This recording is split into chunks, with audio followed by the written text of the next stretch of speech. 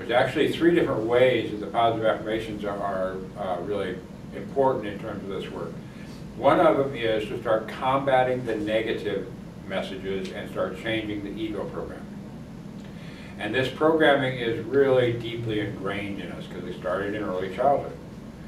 So it's not like a software program we can pop out and pop in Love 4.0. You know, it's not like, oh, I got negative programming, I'll stop that right away. You know, it doesn't happen that way. It's like we have to tape over the old tapes and keep working on taping over the old tapes in order to start taking power over it. So that's really important to start doing. The second one is also really vitally important, which is opening up to receive. We all have this place deep down inside where we have this toxic shame that we don't really feel like we're good enough. We don't feel like we deserve good things. No matter how much consciously we're telling ourselves we need good things, deep down inside is this place where we don't believe it.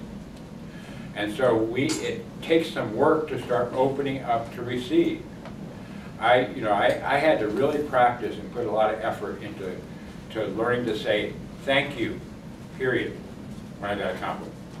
Instead of making a joke out of it, or minimizing it, oh, it was really nothing, or turning it back on the other person, oh, you did so much more than I did, or just changing the subject, you know, because I couldn't take it in. I wanted that positive feedback. I was looking for other people's validation, but then when they gave it to me, I didn't believe it, and I deflected it. You know, if somebody was nice to me and liked me, I was really suspicious, you know, that they either wanted something from me or else they were like seriously mentally ill, you know, I mean, because I knew I wasn't worth it deep down inside. And so I had to really practice just learning to say thank you, period, and let it in. I actually went to treatment for codependency, a 30-day treatment program for codependency in my 5th year of sobriety. And they had this tradition there. Every morning they had a group meeting with everybody who was there. There'd be 50-some people, and everybody get a couple minutes to say what they were feeling and what they were working on or whatever. And they had this tradition that if somebody said, I feel loved, the whole group said, you are loved. And you had to open up and go like this, take it in through your solar plexus, because the solar plexus chakra is where we take in and manifest out of. And my first week there, I thought that was the cheesiest, you know, dumbest thing I'd ever heard in my life. You'd never catch me doing something cheesy like that, right? Well, by the 3rd week, I was milking it for all I could get. I would say, I feel supercalifragilisticexpialidociously loved, and have 50 people shout that back at me, you know. And but it took some adjustment to allow it in, you know, because deep down inside I didn't really feel like I believed it. So those are the positive affirmations are real important to start helping us open up to receive. And know that we deserve good things because we're connected to the oneness of everything, not because of anything outside or accomplishments or looks or any of that stuff. And so one of the misconceptions a lot of people have about positive affirmations is that you have to really feel them for them to have power, you know.